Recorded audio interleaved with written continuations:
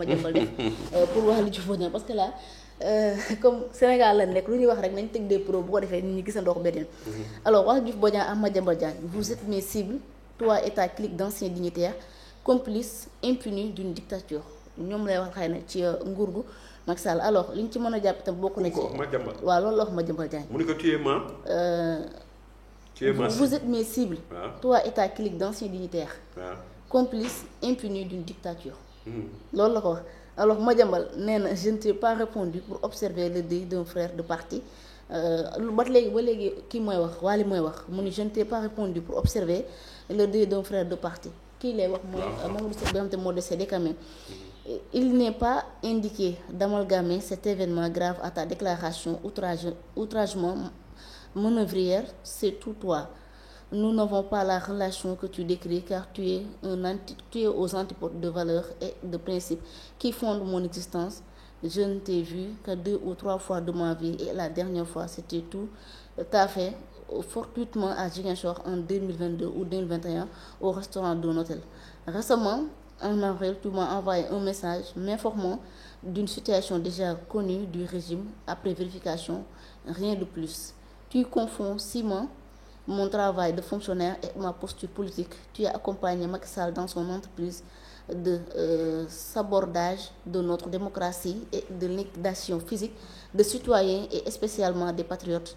Moi, mon éducation et mes convictions m'ont conduit à m'engager avec Sonko pour remettre de l'ordre, de la justice et de la performance économique dans ce pays. Je suis aux côtés de ceux qui combattent l'injustice depuis l'université. Dans ce cadre, vous êtes mes cibles, toi et ta clique d'anciens dignitaires, complices impunis d'une dictature que nous avons dégagée. Waly Diouf Bodiang. Alors, bala ñuy ñëw ci loolu ñu projeté la vidéo de Madiambal Diagne ñu ñëwaat sur le plateau doyen la dëkk bi léegi jaxasoo na. tëj opposition bi xuloog journaliste yi xuloog société civile bi xuloog société civile bi xuloog Nations Unies xuloog France ñu ngi waaj a jubboog ñoom xuloog Amérique et cetera est-ce que mën nañ continuer toujours di kata il faut que ñu aussi ñu jënd galaas seddal am réew looloo ko yor waxtaan def lii jàmm. radicalité moo leen fa yóbbu de. te moom lañ koy téye. dégg nga loolu nga xam ni par exemple Waly Diouf Bodiang wax na ko radicalité moo leen ko jox radicalité lañ ko war a téye. boo tuddee Waly Diouf soit may reetaan c'est que c'est mon ami je l'aime bien franchement c'est que Waly ba xam dafa wuteeg Waly bi may gis fan yii. Waly Diouf parti socialiste bokkoon Tanor booy Ousmane Tanor Dieng la. Pape Ngagne wax nga xam ne kuy ànd ak Ousmane Tanor nekk ba Ousmane Tanor waroo nekk nit ku radical. am déet loolu mooy Waly Diouf Bodiang Waly man dafa nekk.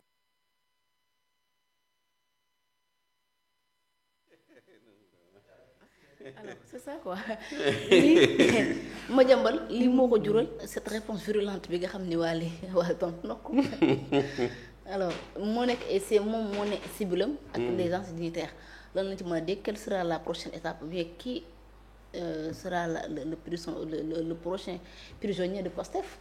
waaw mais xam nga moom buy wax nit ñi dañuy ay reetaan la leen di def maanaam xam nga courage dans certaines circonstances dafa yomb quoi am maanaam abbu tàngoor xam nga lu ñu naan abbu tàngoor mooy merum borom kuy merum naankatu café quoi xam nga Waly Diouf Bodiang bu taxawee fii di tëggu di dër fëgg dënnam Waly Diouf Bodiang bokkul ak waa ji ñu jàppoon ci aéroport muy daw ci waaw je pense que moom ba ñu koy takkal ay bracelet yooyu fekk na aéroport lañ ko kiiwee n'est-ce pas muy wax benn message pour daw pour génn par ñu jàpp ko quoi genre yooyu quoi je ne sais pas mais en tout cas man xam nga man waxu Waly Diouf Bodiang wax dëgg yàlla billahi wallahi wa taalaay xeebuma ko parce que doomu aadama kenn du ko xeeb mais politiquement vraiment dama xeeb Waly Diouf Bodiang politiquement dama ko xeeb parce que xam naa ni amul bagage politique amu ko et puis moom xam nga boo ko seetloo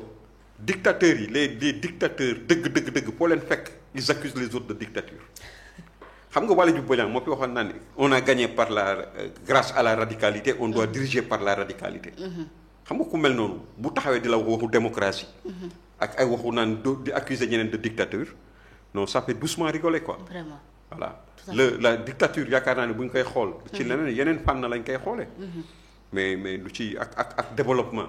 yow réew mi fi mu toll ngay wax naan pour redresser économiquement le pays nag yéen nga suuxal réew mi ba pare. taxaw di wax di imaginer sax yëg ñu ngi naan fan la ñuy jaar ba delloo si waat Sénégal. mu mel na mu meloon. yéen ngeen taxaw di wax ay waxu naan nous sommes aux côtés de gens qui voudraient remettre le Sénégal sur orbite nangam ak nangam. waaye caaxaan baaxul. xam nga ma jàmbal ce qu'il a dit moo ko metti quoi. xam nga m'a montré que Waly Diouf Bodiang n'a jamais été ce militant radical.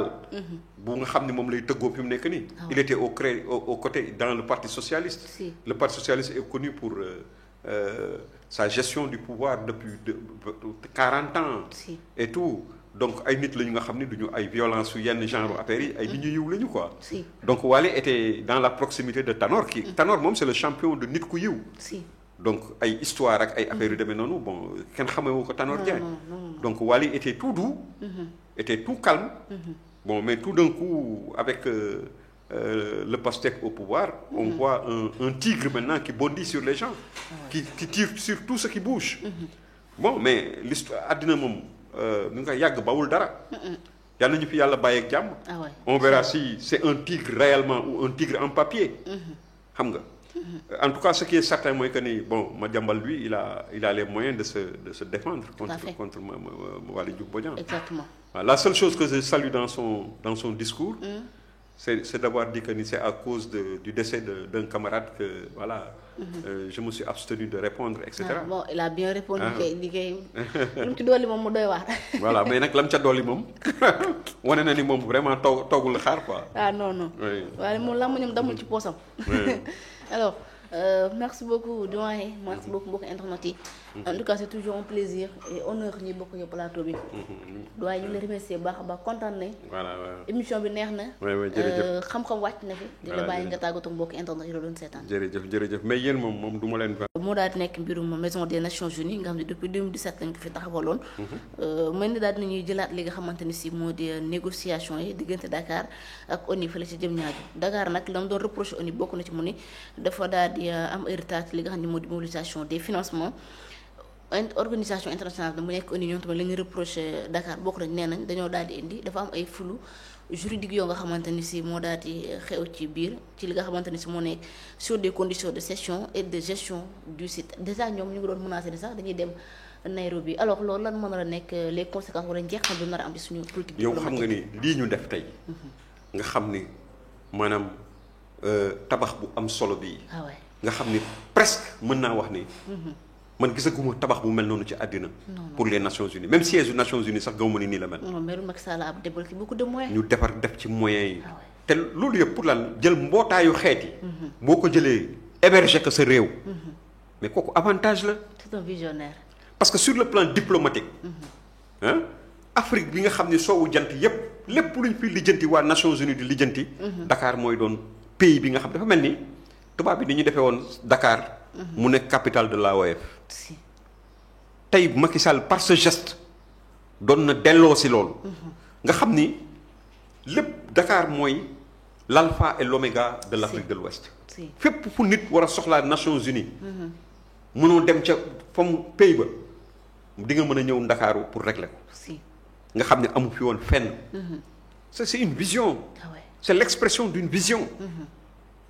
Mais tey gis nga heureusement que le président Diomaye est en train de revenir sur ça. Parce que dégg naa mu ne il a demandé d'après le poste de Madiambal. Il a demandé au ministre des Sénégalais de l'extérieur chargé des affaires étrangères. pour que mu seet naka la ñuy maanaam joyantee wax ju dëng jooju nga xam ne jëloon nañ ko. te loolu yëpp ci liñ ko jëlee woon mooy. affaire souveraineté. te tey affaire souveraineté baag. nee naa la aji. lu jëm ci affaire rupture ak France. xaste bi. affaire souveraineté. yooyu yëpp mu nga tukkee ca chiffre dette cachée. tey loolu yëpp màbb na dette cachée màbb na. loolu yëpp on est obligé de repartir sur li nga xam ne fa ñu jóge woon la ñuy delluwaat. mais 2 ans nga ñàkk ko ci nguuru 5 ans. je me demande. je suis très dubitatif par rapport ak possibilités yi les possibilités qui s'offrent à ce régime. pour pouvoir vraiment briller de 1000 feux. de 1000 et une lumière. gëmuma ko te ñaari élection yi suñu diggante. élection locales yi ak élection présidentielle. tout à fait bii 2027 bii 2029. ku ne xam na les réalités des années électorales nu muy demee. liggéey du am dara du am. les gens ils sont dans la politique. ah ouais. Hein? Bon. on croise les doigts pour voir parce que tamit bu méttee xam nga réew mi déjà métti na te bu métti bi du ñoom rek ñoo koy yëg. ndegam sax ñoom danañ ko yëg pour la plupart ñi nga xam ne ñoom ils sont aux affaires. ñoom noos lay doon ci ñoom. mais askan wi ñoom seen bopp dañ koy yëg. donc ñun ñëpp dañ koy sentir. voilà. doy na waar doyen.